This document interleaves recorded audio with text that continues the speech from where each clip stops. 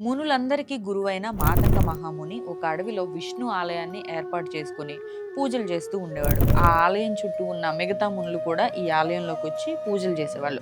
కార్తీక పౌర్ణమికి ముందు ఆ మునులందరిలోనూ పెద్దవాడైన ఒక ముని దీపస్తంభం ఏర్పాటు చేసి దానిపైన దీపాన్ని పెట్టి మళ్ళీ జన్మంటూ లేకుండా మోక్షాన్ని పొందుదామని చెప్పగా మిగతా వారంతా కూడా ఎంతో సంతోషంతో అడవికి వెళ్ళి ఒక చెట్టుని నరికి తీసుకొచ్చి దానిపై ప్రమిద నుంచి ఆవు నెయ్యితో దీపం వెలిగిస్తారు.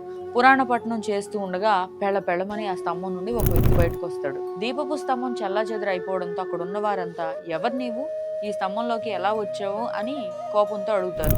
నేను పూర్వ జన్మలో జమీందార్ను, ఐశ్వర్యవంతుణ్ణి అవడం వల్ల అత్యంత గర్వంతో ఎవరిని గౌరవించేవాడిని కాదు. బ్రాహ్మణుల్ని పిలిపించి నా కాళ్ళు కడిగి నీళ్లు నెత్తి మీద జల్లుకోమనేవాడిని. అంతేకాదు ప్రజలను కూడా చాలా చులకన భావంతో చూసేవాడిని.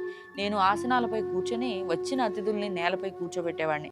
నేను ఎప్పుడూ నా చేత్తో దానం చేయడం అంటే నాకు తెలియదు. నేను పాపినై నా అవసాన దశలో చనిపోయి కొన్ని లక్షల సంవత్సరాలు నరకం అనుభవించి 10,000 జన్మలు కుక్కనై, 10,000 జన్మలు కాకినై, 5,000 జన్మలు పేడ పురుగునై, ఇప్పుడు ఈ వృక్ష జన్మెత్తి అడవిలో పడి ఉన్న నన్ను ఈ దీపపు స్తంభం కోసం మీరు తీసుకొచ్చారని చెప్తాడు. ఇలా జరిగిందంతా చెప్పి నాకు మోక్షం కలిగే మార్గం చూపించండి మున్లారా అని ప్రాధేయపడగా అక్కడున్న వారంతా దీనికి మార్గం అంగీరసుడు మాత్రమే చెప్పగలరు అని అంగీరసుడిని అడుగుతారు. కార్తీక మాసం 16వ అధ్యాయం సమాప్తం.